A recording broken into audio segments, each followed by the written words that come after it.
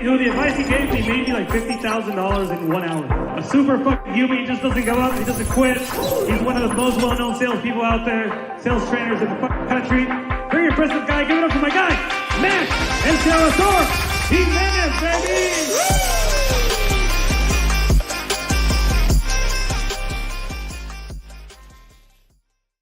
Hey, what's going on, everyone? Welcome to the Closers Lab. I'm Max Jimenez. Thank you for joining me on the live today.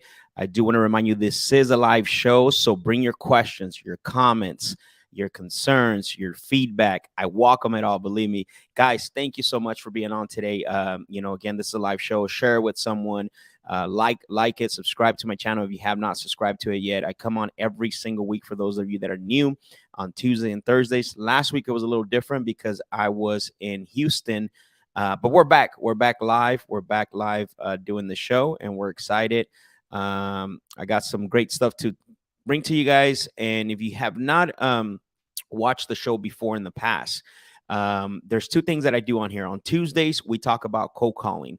And then on Thursdays, we talk about cold calling, and then we talk about some introduction strategies to negotiations. And then on Thursdays, we go high level, right? We dive into some advanced sales strategies, advanced negotiation strategies that we jump into on Thursdays. So if this is your first time, welcome. Like I said, my name is Max Jimenez. Thank you for being on the live, guys. This is a live show. I want to keep reminding you that that this is a live show, and I want you guys to bring your questions and also bring your comments as well too. Appreciate it a lot. Thank you everyone that's supporting the show, man. We had some really good feedback. And let's see, Javier, what's going on? Good morning. Jay says, hey Max, thanks for what you do. You're welcome, man. I appreciate you. Matt Levine says, Yahoo, I'm ready for some gold today. I appreciate that, man. Thank you, Matt. I appreciate it. You've always been a great supporter. Obviously, I've known you for a while now. I know that you and Trevor as well. So I really appreciate for the support that you guys give. So I'm going to take about 10 minutes here. I want to talk a little bit about Houston, and then I got two announcements I want to make. And then what I want to do is obviously what we do, right, is get into making some calls, because that's really what this is about, man. I love making calls. I love teaching you guys how to make calls. And I want to just give you guys an update on Houston. It was amazing. A lot of you, not some of you, but a lot of you that watch the Closers Lab are actually in Houston, which is, man, thank you guys all for the love that you showed. Houston was amazing last week. We were able to, talk about sales. I was actually on a acquisitions panel. We spoke about acquisitions, teams.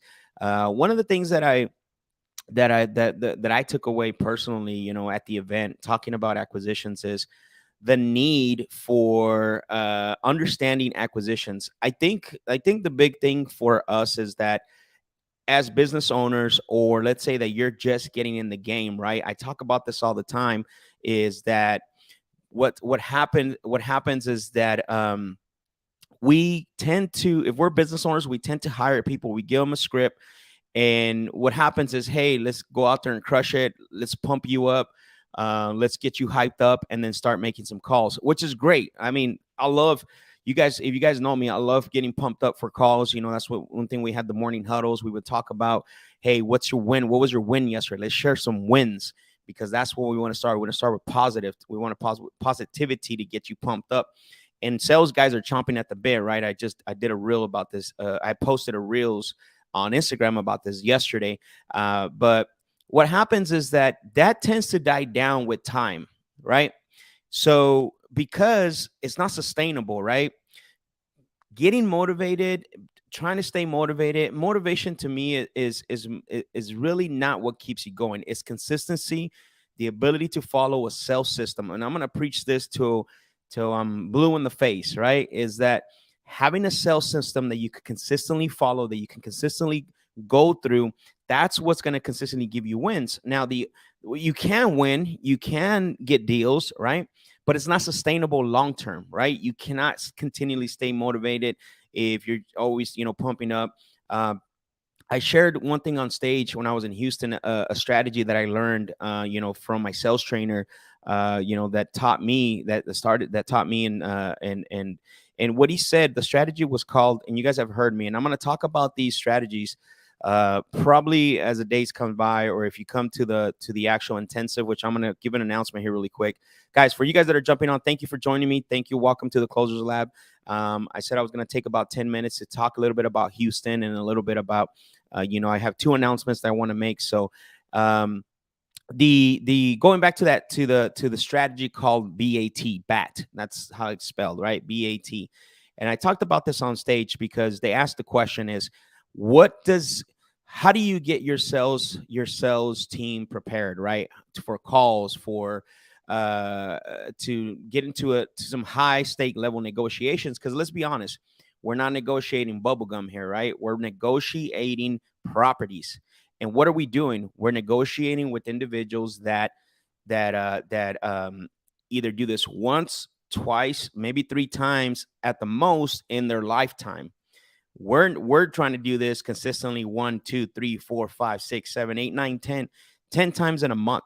So what happens, those individuals have a certain a certain perspective of how a sales process should go based on what they've learned growing up.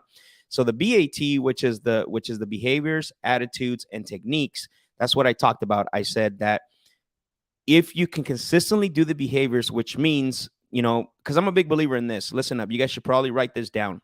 I said this over and over, and I'm going to keep saying it every single time that you guys see me, is you're always going to default to the highest level of your training ability.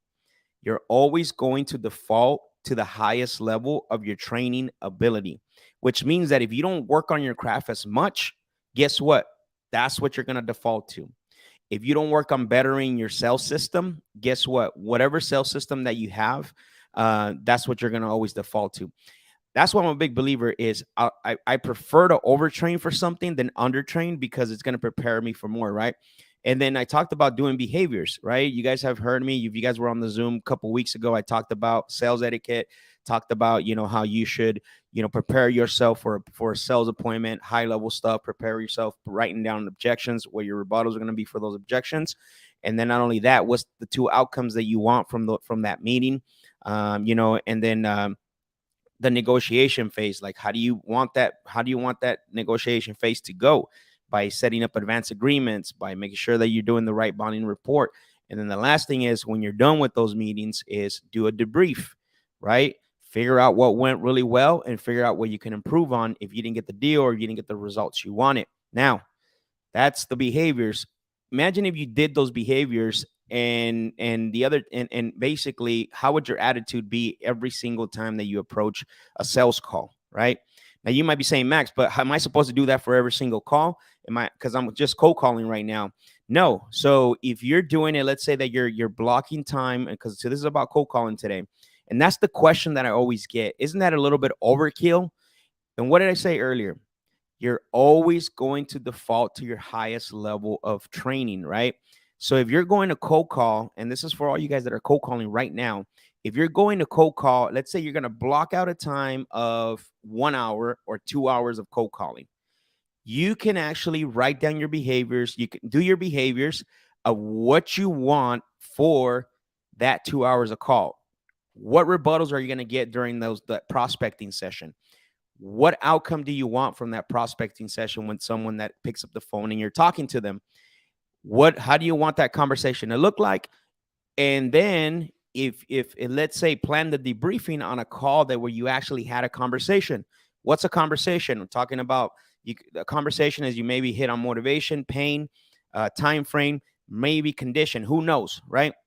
So no, it's never too much to over prepare. Just make sure if you are cold calling, you are prospecting, and you say, hey, I'm going to prospect from 2 o'clock to 4 o'clock. Here's what I want to happen within that 2-hour window, right? Here's the objections that I'm preparing for. Here's the rebuttals that I'm going to prepare for those. And that's how you do it. Now, if you're not cold calling, you're not prospecting, and you're going to get into calls where you are going to do some high stake negotiations, and you do have some type of intel of the prospect that you're talking to, then you might want to do every single call. you might want to prepare for that for mentally for every single call. So it just depends. So so again, doing those behaviors, it's going to change your attitude when you go to the when you go to make the calls. And then the last thing is that guess what? You're gonna be able to use the strategies, the techniques that you have learned a lot more comfortable and a lot better, because you're gonna understand you've already done the homework, you've got the right attitude, and now you're implementing the technique. I see this so much where people actually talk about strategies and techniques first, have the right attitudes, and then go out and do the behaviors. That's not how it works. You cannot use strategies, you cannot use tactics or any techniques and sell if your attitude's not right, if you haven't done any behaviors, if you're expecting to jump on the phones and get results like that. Like I said, it's not sustainable. You're going to get tired, you're going to get worn down, you're going to get beat up. So I want to share that. That's what I shared, about the when I was over there in Houston. It was great. So Sebastian, what's going on, bro? Let's go, man. I'm excited, man. Thank you for signing up for the 3-week intensive. Like I have about 10 seats left still. It starts July 6th. That's what I'm making 2 announcements today, and that's one of them. I'll get into that here in a little bit. But Sebastian, thank you, man, for investing in yourself with me and to be able to take your game to the next level. Guys, if what I just explained to you, if you think that would help you, if you think that's you can take that little bit that I gave you, guys, if you do those things that I just gave you in the day in and day out, you're going to be able to have success. Drop some fire emojis, some thumbs up if you got value out of what I just gave you. And I'm going to go into 2 announcements. That's what we dropped in Houston, guys. It was great. If you think what I just said, the BAT, which is the behavior, attitude, and techniques strategy, it's worked really well for me. This is why I'm able to do the things that I do, right? Most people say, is that the things that you do, are they intentional or is it a strategy? Everything that I do is a strategy, because I've learned it, right? I've gotten to that point where I can do that now. But thank you, Leo. I appreciate for dropping the fire emojis. Thank you, brother. You're always a big support. And I really appreciate the support. Good seeing you in Houston as well, too, man. Thank you for that. Jay, thank you for the fire emojis. That means a lot to me. That means that what I just gave you guys seems like it would help you out tremendously. There's a couple questions before I jump into the announcement. So let's see. Ken said, Max, my first question when I get a yes is, great. Can you tell me about the updates you've done in the past 5 years? Is that good? I don't know why you would jump into condition first. I'm not a big fan of that. If it works for you, that's fine. But what is the plan of jumping into condition? What is the outcome that you're looking for by jumping into property condition, right? Is it just because you want to make, is it a filler question, right? Because you have nothing else, because maybe you don't have another strategy, right? So those are the things that you got to think of. Like, or maybe legitimately you're in a market where you need to know condition. I don't know. I'm just kind of curious as to, after you get a yes, can you tell me the updates you've done in the past 5 years? I'm not sure 100% why you would go to that. Just give me some clarity on that. Maybe I can help you out. So Jay said, hey, Max, ever plan on doing a mastermind or something immersive? I would go. I actually have an announcement that I'm going to make right now. And then we'll talk a little bit about that. So Matt said, do you think there should be a middle caller between cold call and acquisition? Is that too many questions before getting to an offer? Absolutely not. The biggest change that happened in our business was when we put a leads manager. So everybody thinks like cold callers are, man, I don't know why, but cold callers are going to get you the best quality leads. Let's be honest. Unfortunately, cold callers are just individuals that are looking for people that are going to raise their hands and say yes or no. That's it. What happens is cold callers aren't trained as highest level as you, Matt, and people will lie to them, right? Think about all the calls that you gotten before, because I'm assuming that it sounds like you're getting the calls. It sounds like you're picking up those prospects that are coming in from the cold callers. And you're probably hearing a lot of this. Hey, well, I just told them that I want you to call me to give me an offer, right? I just told your teammate, or however you're positioning your cold callers, that you were going to call me to give me an offer. That was it. And guess what? They're not a prospect, and you're wasting your time, right, with them. So what happened is we changed that up. We put a lead manager in there, and and then we change the cold callers to be more higher activity, higher activity. Sorry, to generate higher activity, so we can get more prospects in. Now that we have the lead manager, so we went from like 25 leads a week, bro. I would say like 20 to 30 weeks a lead to 50, 60, 70 leads a week, because now we have that stopgap, which is the lead manager. Now, in the lead manager in the middle, it's still not someone that actually is going to negotiate. And they're telling them this. If you go to my YouTube channel, I actually have a whole segment for like an hour and a half with Carlos, who was our lead manager, talk about what he does. He doesn't get into negotiations. He says, hey, when they ask, well, I wanted to know what offer you would make, I wanted to know what you guys would pay, he would say something like, hey, I'm not the numbers guy. It's my partner. My partner's the one that's going to talk to you. My partner's the one that makes the ultimate decision. I'm just here to find out if this is, if you are seriously considering selling. And he gets a little bit more details, more intel for you. But people, at the end of the day, people that want to sell, that have motivation, that there's pain there, and they're on a good time frame, it doesn't matter if they talk to 3 or 4 people, right? And again, you have to make sure that the questions that are being asked, all the way from the cold caller to the lead manager, that they don't have to do anything with decision making. It's more qualification to see if it makes sense to work together. But no, I think it's not too many. It's not. And the reason why I say that is because I've experienced that already. So hopefully that helps, Matt. Let's see. Who do we got here? Let's see. Junior said it was great seeing you on stage this past weekend. Thank you, brother. I appreciate it. Maximo said behavior, attitude, and techniques. That's it, bro. That's it. Sebastian said, thank you for your continued support and value, bro. Like I messaged you, 2 solid deals were just assigned, and here's a whole. Boom. Let's go. I'm telling you guys, I keep sending praise to Sebastian, because he has taken what I talk about and what I show on here to another level. Like, this guy's implementing, and he just signed up as well, for the intensive too. So I'm excited for him to take his game to the next level. So Jay, thank you for the fire emojis. Junior, thank you for the fire emojis. Matt said BAT, let's go. Jermaine said high level fire. Exactly. Claudio, thank you for the fire emojis. Ross, what's up, brother? How you doing? Isn't timeline the most important of all 4 pillars? It usually has motivation built into it, from what I notice. I would say it's not the most important, but it is up there. For me, it comes in second, because here's the thing. Like, once I identify that there's pain, or there's motivation, or even gain, right? Even gain. Because a lot of people do sell because maybe they have an opportunity. They just don't want to, they want the convenience of selling pretty fast. So once I identify that there's motivation, pain, or gain, well, the time frame comes next, because now I want to know how fast. What is that time frame that they want to be able to settle that pain, that motivation, or that gain, right? Because let's say that you don't identify pain, you don't identify motivation or any gain, and now you're talking about time frame. The time frame is very like you're juggling with it, right? But to an extent it is as important in a way, because you still want to find out if these people want to do it in less than 90 days or 6 months out, right? Of course. So that's why I have it second. I mean, there's not a preference. For me, it's always going to be down to my most important personally is going to be pain, motivation, or gain. See if there's any gain.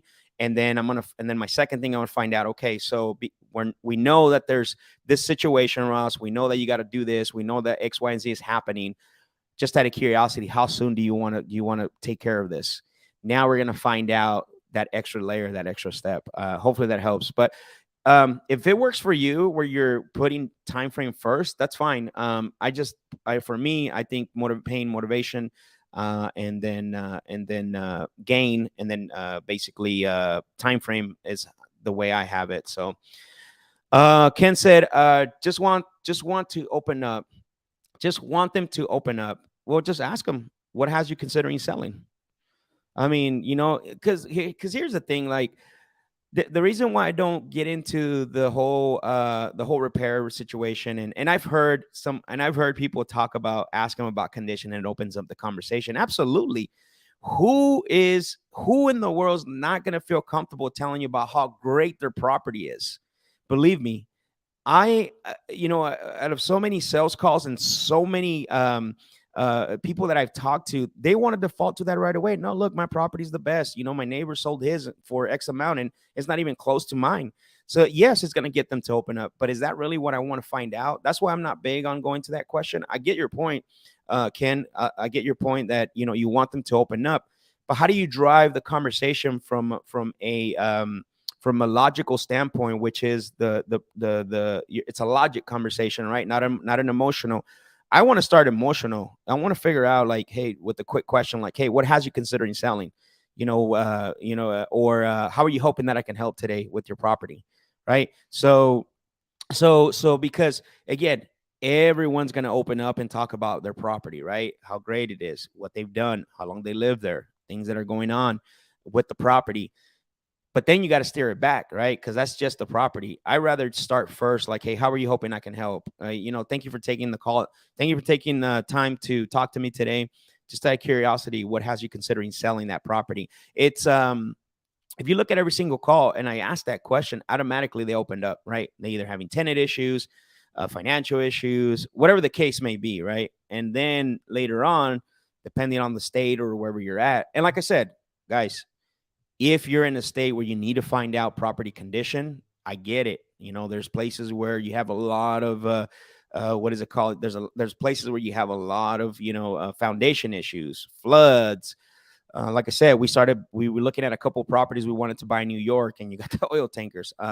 So here in Phoenix and some of the markets that I've bought before, we didn't really need to worry about condition. Plus, one thing that can help you as well too, so you don't get too caught up with talking about condition, is put in your agreement, hey, inspection period starts after the pictures are received or a walkthrough happens. So that way you're able to lock up the deal. You can always go back and say, look, the property needs more work than what initially you explained. So and you can light that up. Say, hey, listen, your asking price sounds about what we would like to pay. What I like to do is let's go ahead and put things in. If you feel comfortable putting things in writing, like you told me earlier, let's go ahead and do that. What I'll do is we'll definitely put that the inspection period is not going to start till 15 or after we get the pictures or a walkthrough. But just be aware, Ken, that there could be a possibility that if it is worse than what it is, maybe I'm going to be a little bit lower. Which sometimes they'll say, well, don't you want to walk it first, or don't you want to get pictures first? Yes, you can definitely. What is it called? Say yes, that's fine. Let's do that and see if the numbers work that way. So, Robert, thank you for the diamonds. Abel said, "Orale Max, what's up, Abel? How you doing?" Sebastian said, if you put them into their pain motivation, chances are they will be more real about the property condition as well as you ask that later. Yeah, there's definitely a possibility that can happen, Sebastian, because for me, I want to bring that out of them, right? Get them emotionally, like, to where, yeah, you ask them a question about the property and now we're talking honestly, right? Now we're talking openly. And you can do that really simple by setting up advance agreement. Hey, I don't know if I'm going to buy this property today. Properties I bought before, the only way I found out this was a property I'm going to make an offer is by asking you a few questions. Is that okay? Now you can ask me whatever you want as well. Is that fair? So then it opens it up. So Paul said, thanks, man, for all the value. I've actually been running into a few sellers backing out of the deals this past month. What are some things you're doing? What are some things to do in the situation? I've actually been running into a few sellers backing out of the deals this past month. So what I would, I don't know if you're doing this, but I use a strategy called next steps. Something I'm going to talk about in my intensive next steps. And what it is setting up. I call it tackling what I can't remember what I don't have it in front of me, but tackling what bringing the future to the present, right? Which is one strategy, but tackling what you can't avoid. That's what it was. Tackling what you can't avoid. So what that means is that these things are not, you can't avoid them. Sometimes they're going to happen, sometimes they're not. So what you do is you tackle them up front. Once I sign the agreement, what happens with a lot of us is whether we're in person or over the phone, we run an open title, right? We get the agreement. We never talk to the seller again. We let the title company do that. What you guys got to do is, as soon as you get, Paul, what you need to be doing in this situation here, um, it depends on the seller, how well you build good rapport. There's probably, I'll talk a little bit about what you can do now that it's past this, but whenever you get an agreement signed, you need to tackle the things that you may think may happen, like this, right? And the way you do that is you ask them a couple questions. Say, Paul, now that we got this all signed up, thank you for doing business with us. I got the agreement. Everything looks fine. Everything's signed in the right place. Do you mind if I ask you a question, Paul? And they're going to say, what's that question? Yeah, go ahead. What's that? What does this agreement mean to you now that we have it all signed up? Now, if they say like, hey, this agreement to me means that you're buying the house, I don't want to, I like that, but I'm going to take it a step further. And I'm going to say, look, Paul, I appreciate that you are actually, that you say, yes, I'm going to buy your house, but here's what the agreement means to me, Paul. That means that I'm going to help you get back, moving with your kids. You're going to be able to pack, move to another state. And then the other thing is that we're going to be able to get your money in 30 days. So to help you do that a lot faster. Does that make sense? And then we're going to say, and then we're going to have them agree like, yeah, you're right. That's what that means. Now, and then you're going to share a third party story. Now, Paul, in the past, this doesn't happen a lot. I've had it happen once or twice where I leave, I go open up escrow, I use all my resources, I get my team on this. And what happens, I'll say a week later or 2 weeks later, for some reason, I those two people, I got a call and they said, hey, I don't think I want to do this. My brother-in-law is a real estate agent. And basically what happens is, and now they want to cancel. Paul, is there anything you can think of that would come up that would have you actually make that phone call to me? So now you're tackling that up front, and you're coaching them through it, right? You're going to coach them in case this happens. What are you going to say? Well, here's what I have told people to say in the past, right? And even take it further. You feel comfortable, Paul, about, and just tell them like, hey, what about, because let's be honest, are the phone calls going to stop after you get it under contract? Absolutely not. The phone calls, whoever else was calling them is going to continue to call them even after you got it under contract. So I would say try to tackle that before you go open up escrow, before you do. Now that they're trying to back out, figure out what's going on. Take it back to why they originally signed with you. Say, hey, if let's say, Paul, you were calling me and wanting to back out, I would just be like, hey, Paul, I'm really confused right now. When we were at the appointment or when we were on the phone, it seems like you and I had an understanding that we're going to do business together. What changed? Can you help me out? So fall back on your sword, or you can even say, hey, I apologize. I must have done something wrong. Just out of curiosity, what changed? And see what the seller says. Maybe there's some things that maybe came up, and have them talking to you if you haven't talked to them. So hopefully those things help, but I would really, really highly recommend that you do the next step process. So Aaron said, let's go. Ross said, it's just really hard to get sophisticated sellers in higher end markets to let their guard down. So we've used timeline as a loophole and then asked them what's got them considering selling. Yeah, if it works, I was a big believer in that as well too. I think it's mostly a mental block for the most part. When you're trying to get the motivation, Ross, you don't always start with the pain questions, right? You got to start bonding and rapport. You got to start getting to know them. If you're going out to physical appointments, I'm not sure if you are. You got to establish that guest and host relationship. Like, hey, Ross, thank you for inviting me out here to the property today. I know, I get it. It takes a lot for you to invite a stranger, and I really appreciate that. Before we look at the house, do you have somewhere we can sit down and talk? Really simple, right? That pattern interrupts them, establishes the host-guest relationship, and now gets the guard down because you've made them feel like they're in control, right? You're in their house. You just thank them for inviting you. And then basically, you say, hey, do you mind if I ask you a few questions? And then, just to see if I'm going to buy this property today. And then you just ask them like, what 2 questions that I like asking is, how are you hoping I can help by buying this property? That's a really good question to get into the pain. You don't want to just get into the pain right away. Like, you want to make sure you're building rapport, setting up an advance agreement. And then you're asking, the very strategic questions, because then they're going to open up automatically, right? And I get what you're saying. There are going to be sellers who are, they are more sophisticated, but at the end of the day, if they have motivation to sell, something's going on, right? And I would try to work on that little bit of a mental block, because I've had that too, right? Where like, man, if I talk to this type of personality, they're not going to want to talk to me because of X, Y, Z. If I talk to this type of seller, they're not going to want to answer my questions because X, Y, and Z. I actually, when I was in class a couple years ago, when there was a lady in class, and she told my sales trainer, she said, "Hey, Brad, I can't ask all these questions. People are going to know what I'm doing." And he got up, literally, he went up to his whiteboard, and he went, so he goes, "So you think that people are going to know what you're doing here?" And she goes, "Yeah, I mean, that's a lot of questions, and the pain questions, all that." And she goes, "Okay, why do you think people are going to know what you're doing?" And every time she would answer a question, he would tally it. Okay. And then he would ask. And then after probably like 5 minutes, he had like 15 to 20 tallies up there. And the whole class started laughing. And then he goes, "Why are you guys laughing?" She had no idea what was happening, and she was in the sales training class. So don't get too caught up too much, that they're going, that it's hard for them to get their guard down. Just be very strategic when you're getting ready to ask some of the hard questions. Get permission. That's huge.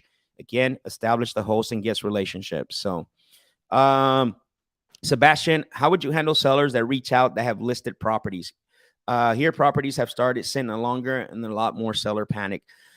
So you can reach out. It just depends, because I know you're in Canada. I know here, obviously, if they're under contract with a real estate agent, you could get in trouble for tortious interference. But if you happen to talk to the seller and you find out that there's a way for them to sell the property outside of the agent, by all means, as long as they have it in writing, but for the most part, I would say collaborate with the agent, because because here's the thing, Sebastian, if the property's been sitting there longer than what it should be, then guess what? Don't you think the agent wants to sell because he wants to get paid? So I would say don't try to go around the agent for the most part. I would say, hey, and here's the cool thing about this scenario is that you're going to be a lot easier to negotiate with the agent. Like, bro, this property's been sitting for a long time. Like, hey, what's going on with it? What's the feedback that you've been getting? How come it hasn't moved? Why has it been on the market so many days? So now you can talk about the property with them, because they're not the owners. They're not emotionally attached to it. Once you identify what's going on, what's the feedback, now you're going to ask them about the seller. Okay, how negotiable is the seller? Realistically, what do you think we can get this for if I was to pay you cash? So now you can have that conversation with them, but definitely go after it. Claudio said, "Max, how do you put yourself in a mental mindset to start making calls, especially given how red sellers sound? Would you say it's far easier because these calls are scheduled leads?" Let's see. How do you put yourself in the mental mindset to start making calls, specifically given how red sellers sound? Would you say I talked about, that was the whole 5 minutes, Claudio. I don't know if you got what I talked about, the BAT, the behavior, attitude, and techniques. I broke that down for like the first 5-7 minutes of how you actually can get into the mindset of making calls, and basically getting prepared for the whether it's prospecting. So if you're prospecting, you block out let's say your prospect from 2 to 4. You got to do the behaviors, right? Like I said, what objections are you expecting to run to? Write down your rebuttals. What 2 outcomes you want? Have 2 outcomes ready. How do you visualize the conversation? And then after you're done with an actual conversation, debrief it, what you did well and what you can improve on. Now, if you're going to, and you do that for the whole time block, you don't do that for every single cold call or every single prospect that you're prospecting. But if you are doing, let's say, follow-up schedule calls, then you need to do that for each and every single one, especially now that you have a little bit of intel. But go back once we're done. I would highly recommend going back and listening to it, because I actually broke that down very, very well. So, Jason, thank you for the fire emojis. I appreciate it. Alex, what do you recommend me saying to a seller wants 460? We have to be at 350. I mean, that's a very loaded question, right? Because I don't know what the circumstances are, right? Do they have any pain, any motivation? Why do they want to sell in the first place, right? I think that's what I would ask you if you were one of my acquisition guys, or let's say that's what I would ask my acquisition guys, right? Because there's no magic words. There's no magic words, right? Like there's not. You have to, like, if it's a motivated seller, or let's say that it's a seller that you've talked to, right, and there's pain there, and that there's a situation there, but they're holding their price. I mean, one thing you can say, I guess, in this situation, because I don't have a lot of intel on this, I would say, hey, are you looking for the highest offer, or are you looking for the offer that's going to show up in your bank account? Are you looking for the highest offer, Alex? Or are you looking for the offer that's going to show up in your bank account?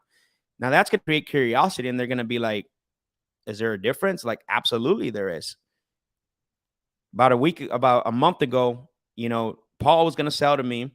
He decided to go with the highest offer. I asked him the same question. He said, I'm going with the highest offer. Well, guess what happened to Paul?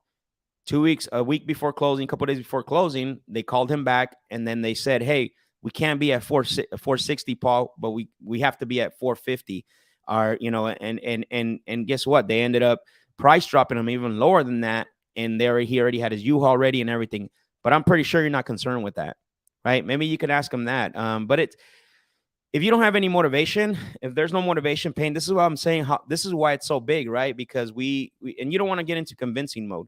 But if they don't have any motivation or any pain or any gain, you have to there's nothing you can say to somebody that's going to drop them, what is it called? Almost, what am I looking at here? Almost 110,000, I think. Yeah. Nah, not at all. Thanks, Max. Fantastic. Yeah, on the two of them, sounds like the seller got a higher offer at the end, so had to go to the memorandum route. There you go, bro. That's all you can do, for real. Julio, what's up, bro? How's it going? Good seeing you on here. Sebastian said, man, you guys have a lot of questions today. It's good. I love it. Keep them coming. How do you properly vet cash buyers? I mentioned before that we don't have lists we can buy, so we often have VAs. Vet in the sense of them being workable to close the deal smoothly.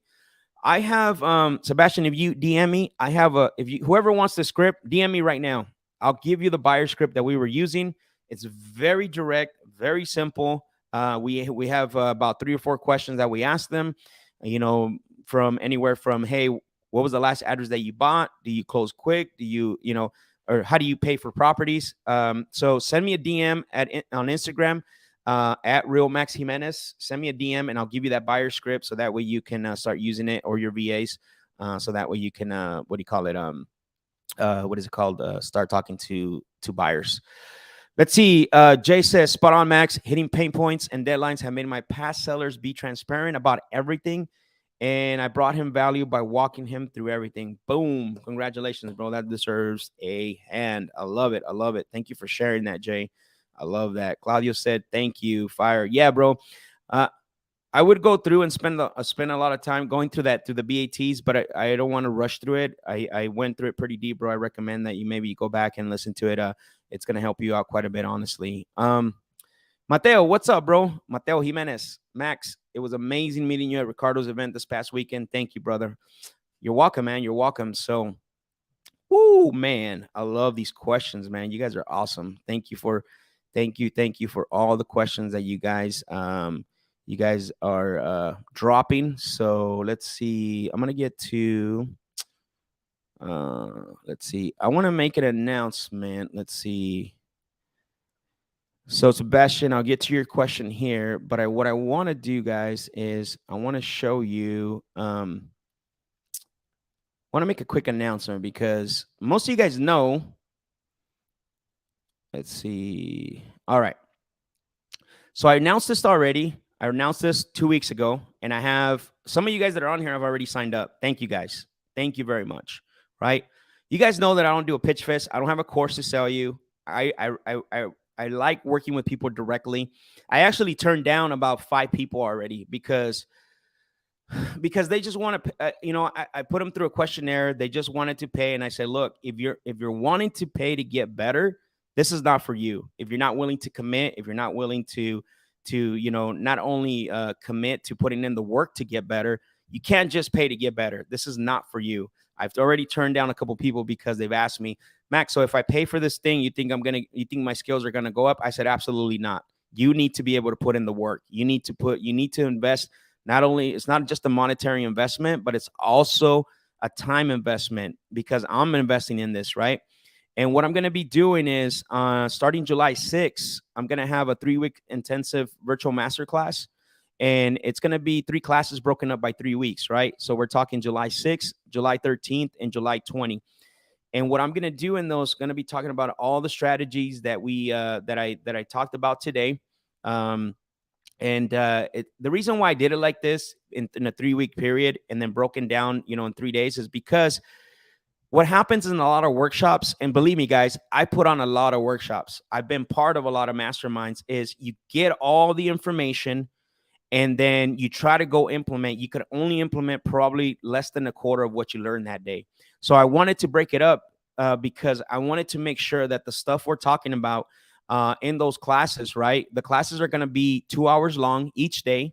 So July 6th, we'll do a 2-hour long class. July 13th, same thing, July 20th.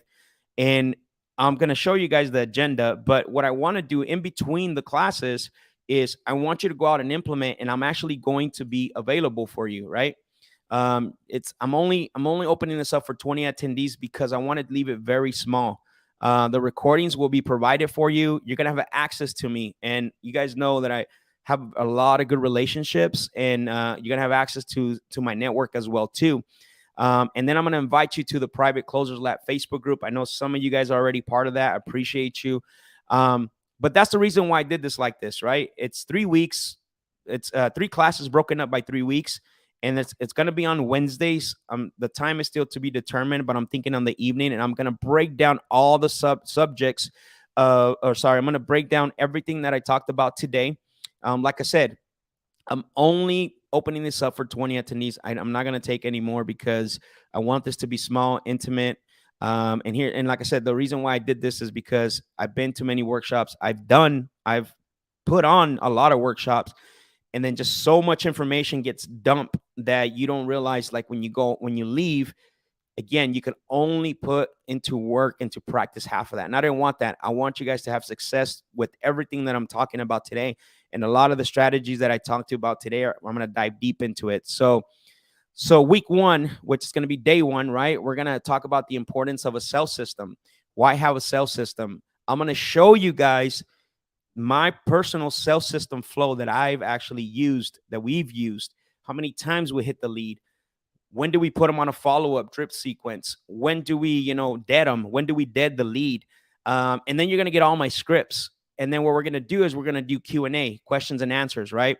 That's my biggest, I love doing that the most because I think that's what helps people.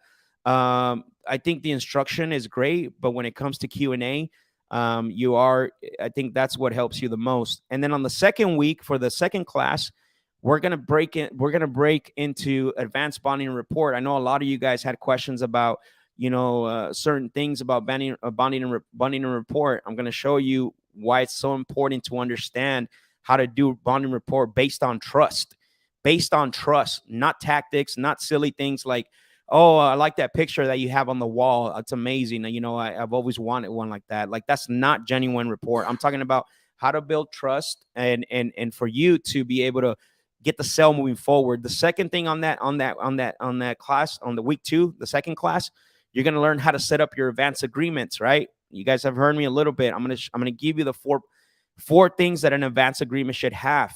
Why you should have those in your advance agreements. And I'm going to show you examples of mine and what it looks like completely.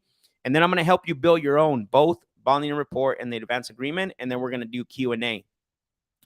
On week 3, which is class number 3, I'm going to talk to you the importance of why use third-party stories for selling, how you can build your own third-party stories, when you should use them, how often, all this.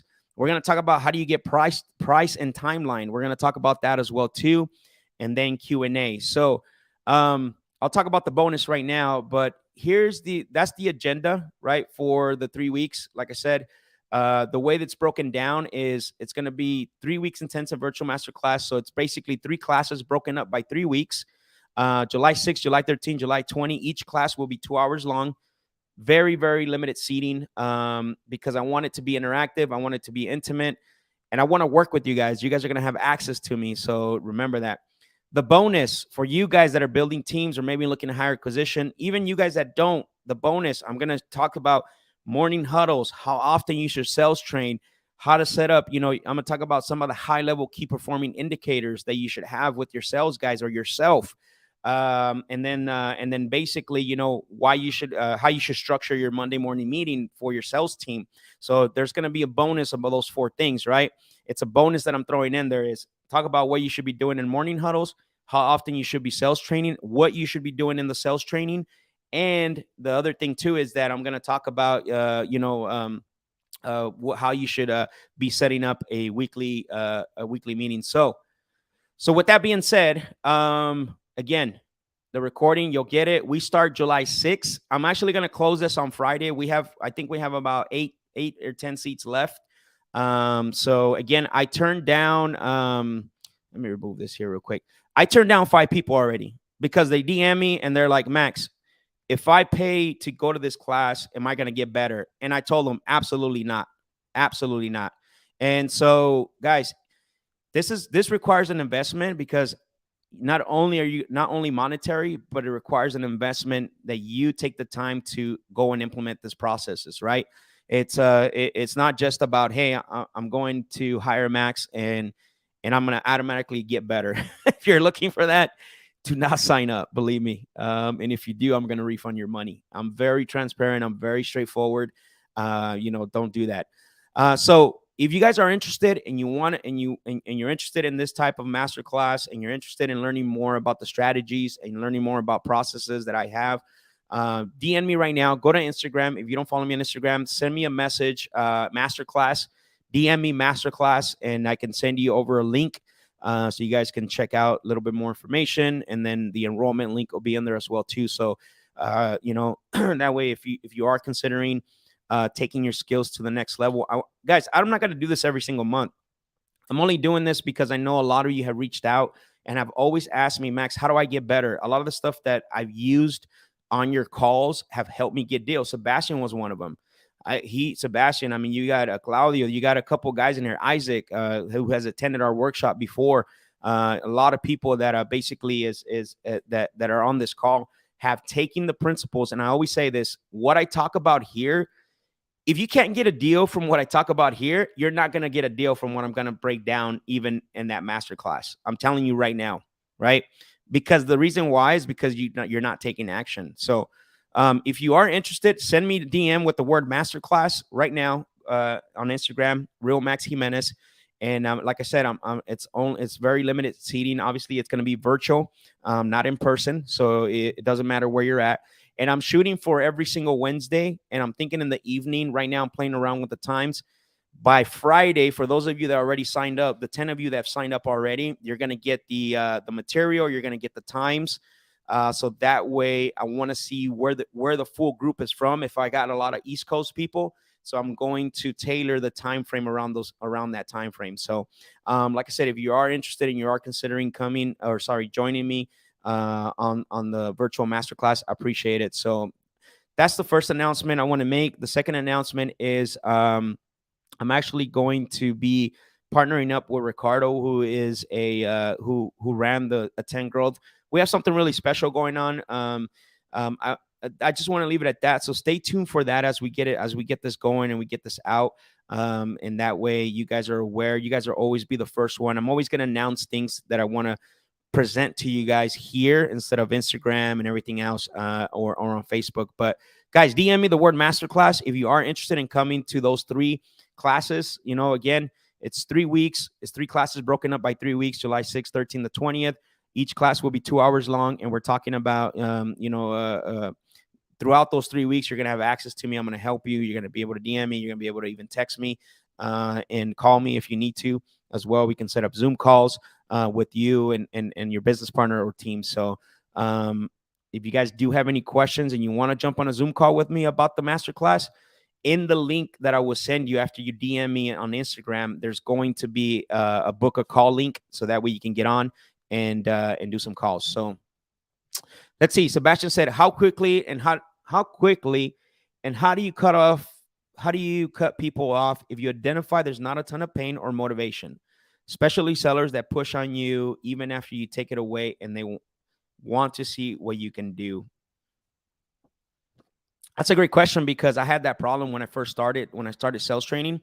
One of the things that I went back and I told my my sales trainer, Brad, I said, Brad, I have a problem that I need help with. He's like, well, hopefully it has to do with sales. I said, it does, Brad, stop. So I said, I am getting on the phones and I'm ending the call too fast. He said, if I don't hear what I want to hear within the first 2, 3, 4 minutes, I'm chopping heads and I'm moving on. He said this. He goes, and this might help you, Sebastian, too, as well. He said, look, what you got to do, he said, is I don't want you to lose that, because that's what's going to keep you from talking to suspects and not prospects, right? That's what's going to keep you from talking to prospects and not suspects. But what you got to do, he goes, is you got to do it nicely and cordial. And I'm like, what do you mean nicely and cordial? You're teaching me how to be like the savage sales guy closer. Now you want me to be nice? He goes, no. He says, there's a rule, he says, that says you end the sale, but you don't end the call, right?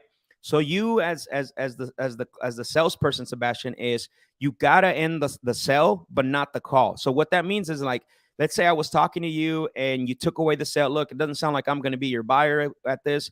We're way too far apart. Instead of ending the call, now what you can do is you can ask one more question, or you can say, what should we do now? Right? And leave it at that. You got to stay quiet. You can't say anything. You can't start talking again. It's like, hey, it doesn't sound like you and I are going to be a good fit. Obviously I wish I could help you. But it doesn't sound like we're going to be a good fit. What do you think? What should we do now? Have the seller always end the call, and you end the sale, have the seller end the call. And so that way, maybe there's something that the seller will bring up. So here's what I did. I've shared this many times.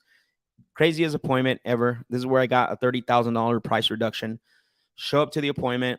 You can do this on the phone as well too. And the guy, when I show up, says, I asked him, like, hey, thank you for inviting me. I told him the whole spiel.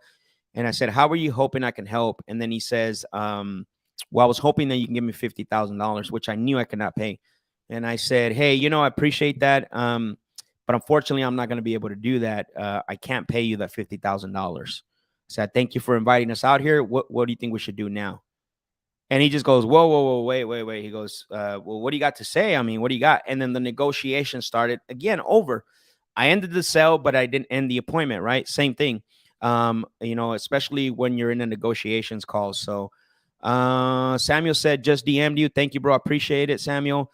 Samuel says, fire emojis. Appreciate it. What times are each of these classes? I don't know if you heard that earlier. I think I covered that already, Sebastian.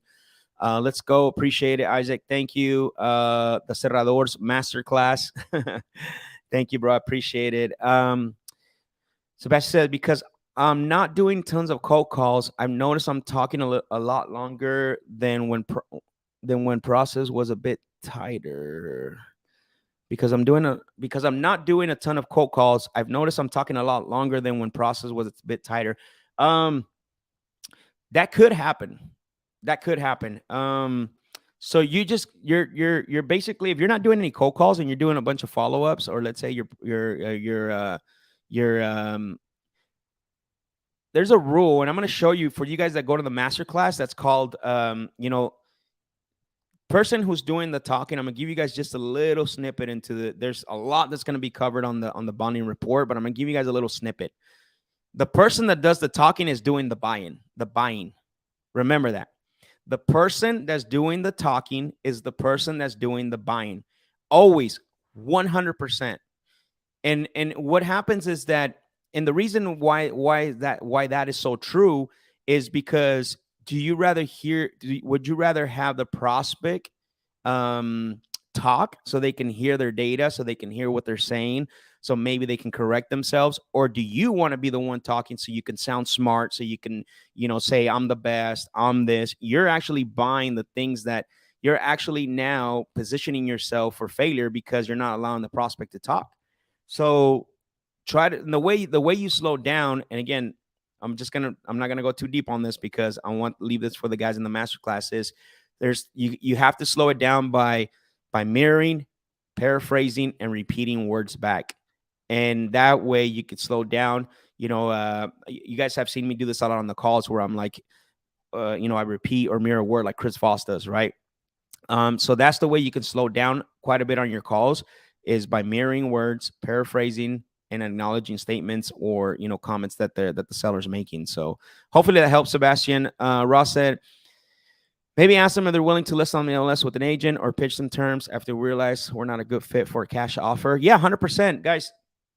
There's gonna be, I agree with you. This was a huge conversation over the weekend because of the way the market's shifting. But you can definitely, after disqualify the cash offer always 100%. Disqualify the cash offer. And then for me, the next thing would be there's something creative, or maybe if the creative doesn't work, if there's a way to get an option agreement. And then the Hail Mary is the listing on the MLS. You got to go in with full guns loaded. You got to go in with everything possible that you have, so that way, you get the deal, even if it's a listing referral. So, don't do cold calls, because most of what I do is PPC. Good. That's even better.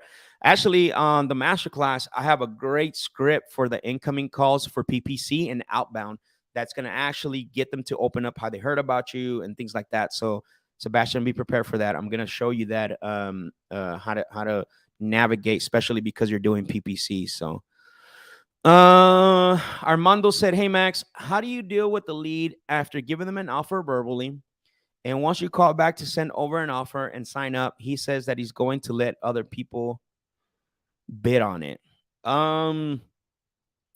Yeah, that's tough. I mean, it's a tough situation. One way to avoid it is, you guys you guys always see, like, every time that there's a question like this, especially earlier, right, with the seller ghosting or the seller wanting to close the file, I always bring it back, because I want you guys not to get in these situations anymore. Is it 100 proof? Absolutely not. I'm not here trying to say, Armando, that what I'm going to tell you right now is going to be 100 proof, because then you're going to come back and say, Max, your stuff don't work. I'm not saying that, but I always like to go back. So one thing, before you give like a hard offer, because remember, in negotiations, there's two things: leverage and position. Leverage and position. If you lose any of those, if you lose your leverage or you lose your positioning, it puts you in a real bad spot like you are now, right? And you might not be. I don't know. I'm kind of I'm going the worst case scenario here. So before they even have a hard number, before they know what I'm willing to pay, I'm gonna anchor them. I'm going to find out, if they're even willing to go around, or, if they're willing to be around my MAO. But let's say that the number, like, let's say that you made an offer and they were comfortable with that number.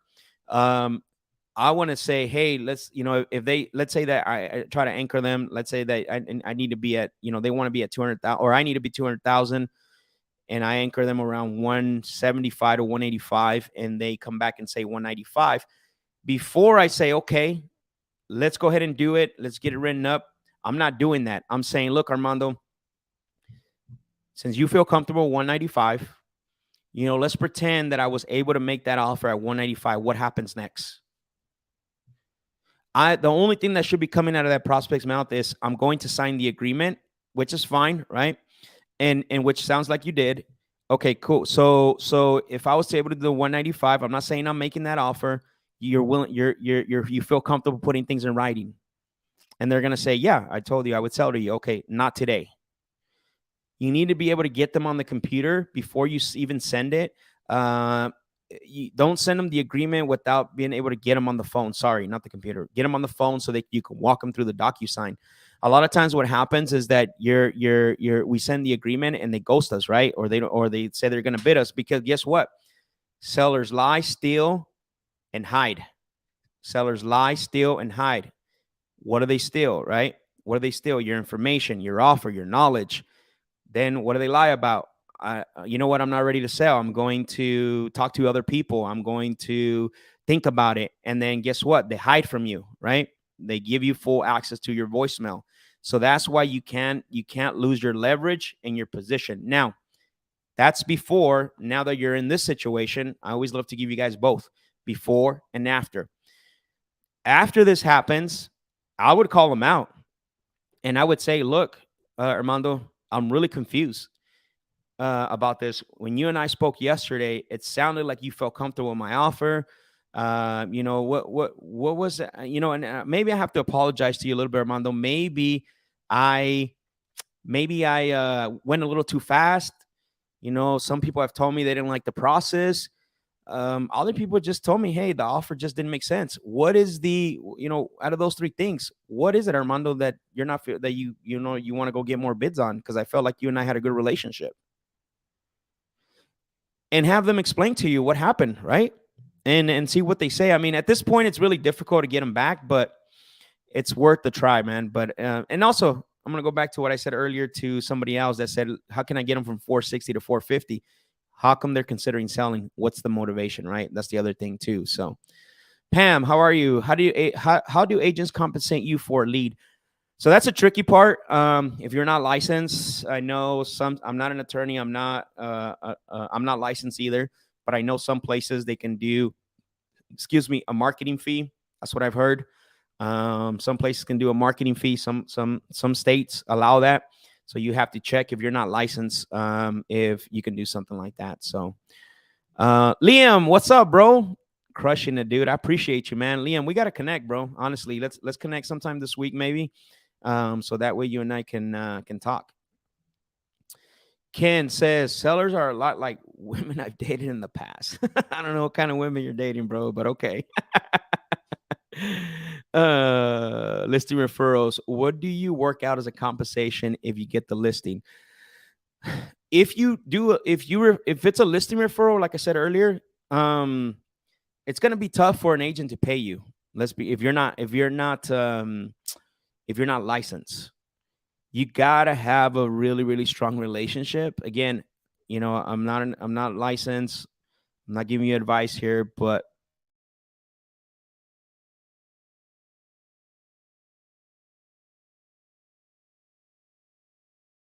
get a marketing fee for that deal, and it's going to come out of escrow. So I know that's the legal way that they can pay you if you're not licensed. So whatever you want that marketing fee to be, that's what you got to negotiate with the listing agent at the end of the day. So boom, man, we just went Q&A today, guys. Crazy. You guys are awesome, man. I appreciate every single one of you for being on. It's crazy. You guys, the support, the love. Thank you, guys. If there are any other questions, listen, if you have questions about the masterclass, DM me. Masterclass. Again, I'm going to do very limited seating. I don't want to have 100 people. I've said this before. But appreciate every single one of you, man. We didn't even get to calls. We got so many Q&A questions. You guys, how many of you guys got value today? Even though we didn't make calls, can you drop a comment? Just some fire emojis, some gems, thumbs up. I don't care. Go all out right now in the comment section. All of you guys, if you think today, even though we didn't make calls, how many of you guys got value today, just based on the Q&A? Because then this tells me like, hey, Max, we did a good job today. So all you guys that are on, if you think you got value today from this whole Q&A, talking about the scenarios, talking about how to approach certain calls, how to overcome certain situations, drop some fire emojis for me in the comment section, some thumbs up, drop some jewels, drop whatever it is, drop it right now in the comment section, because this will tell me that this Q&A session was actually beneficial and it helped you out. So if you guys believe that this Q&A helped you out, and you got value out of it, and you think that you can take some of the stuff that we talked about and run with it, I would really appreciate it, because that would help me. And if you have questions, drop them in there too as well too, so that way we can we'll cover those too before I end up leaving. So boom, I love it, appreciate it. Mateo said yes sir, drop some fire emojis. Thank you, I appreciate that. Ariel, thank you for the fire emojis. Jason said definitely, brother, always dropping the latest and greatest. I appreciate you. Thank you. I appreciate it, Jason. Javier, thank you, brother, for all the support. I know you're always on. I know you're always you're supporting the show. Ross as well. Thank you, man. I appreciate it. He said amazing value as always, man. As always. Thank you. That means a lot. Let's see. Claudio dropped some fire emojis. Thank you. Jose Rodriguez dropped some fire emojis. Thank you. Claudio, bringing the heat. I appreciate it, man. Thank you for that. Thank you, guys. That means a lot. That means that you guys got value today. I promise we'll get on some calls. Let's see. Ross has a question. There's going to be a major movement coming up with regulations, so it's probably best that all wholesalers get their licenses. It also adds another tool to the belt. Win-win. 100%, man. I'm in agreement with you. It's unfortunate it's happening, but that's the way it is. A lot of people are not they're not doing what they say in this business. So regulations are definitely coming. Abraham, what's up, bro? Where you at? I was waiting for you to show up for the whole show, bro. Man, you let me down today. No, I'm just kidding, bro. I know you're running a business, but I appreciate your support as always, man, and jumping on, even if it's the last minute. I know you're going to go back and watch it. So late for the show, but I watched the replay. Samuel, thank you, man, for the fire emojis. I appreciate that. Jermaine, bro, I love it. Powerful. Thank you, brother. I appreciate that. So cool. I'm gonna end it here. Abraham says, haha.